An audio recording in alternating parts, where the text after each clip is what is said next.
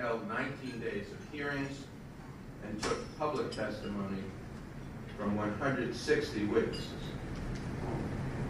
We recognize that secrecy has often acted as the handmaiden of complacency, arrogance, and incompetence.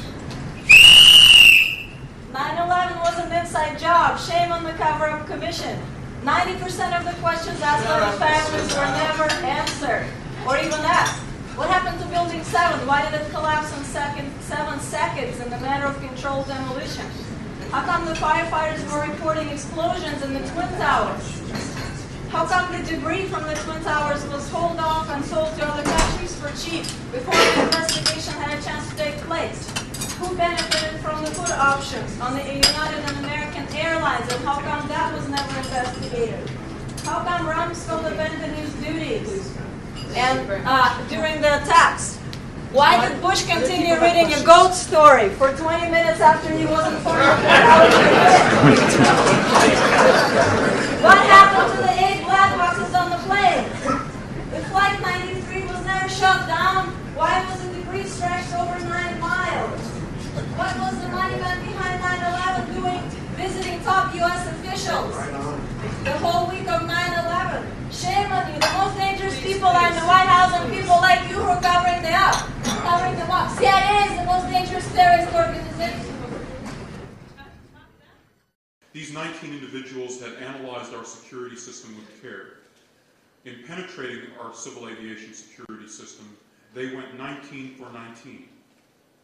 That's not the product of luck or good fortune. That's the product of planning and training. They had practiced boarding aircraft.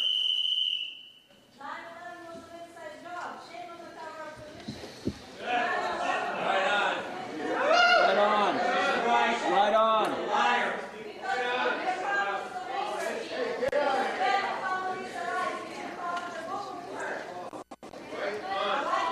They come to hear you.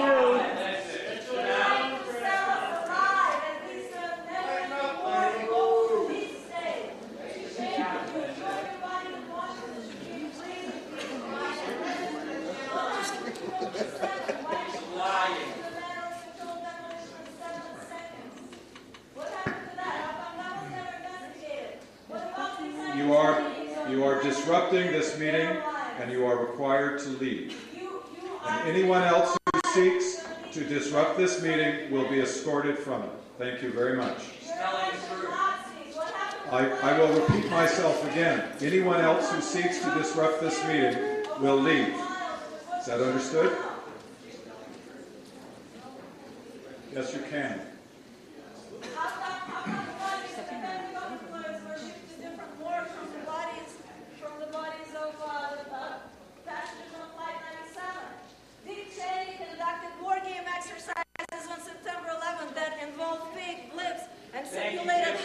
You will follow the same procedure if it happens again. Yes, if it happens again. You're the biggest terrorist on this planet, you and your CIA buddies.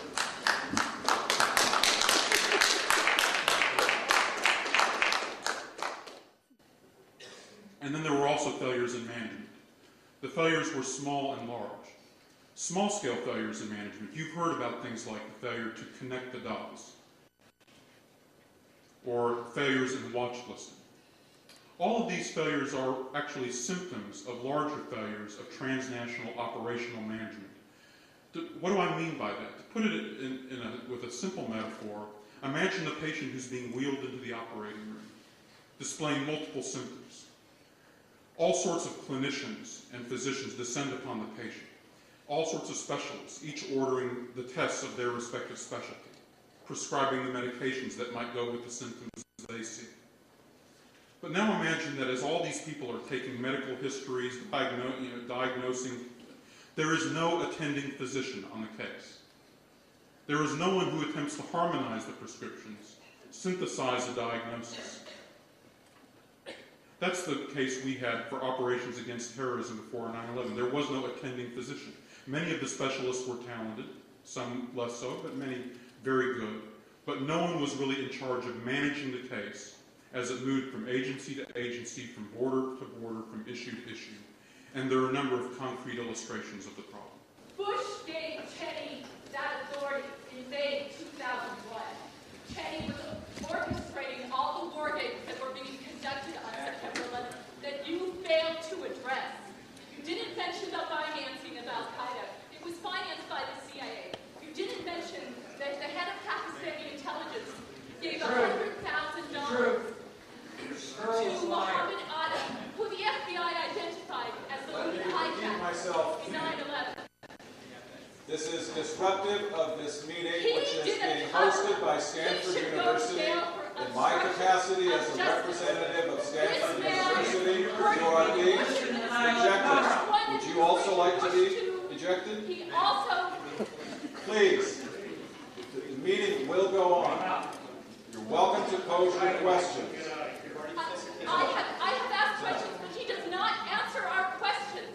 We haven't gotten to the question and answer period yet. The meeting will go on. Written questions, but you ignore them. I've talked to the commissioners in San Francisco as well. They don't address the issue. It's a cover. It's an inside job, and he's part of it. Right on. We will resume.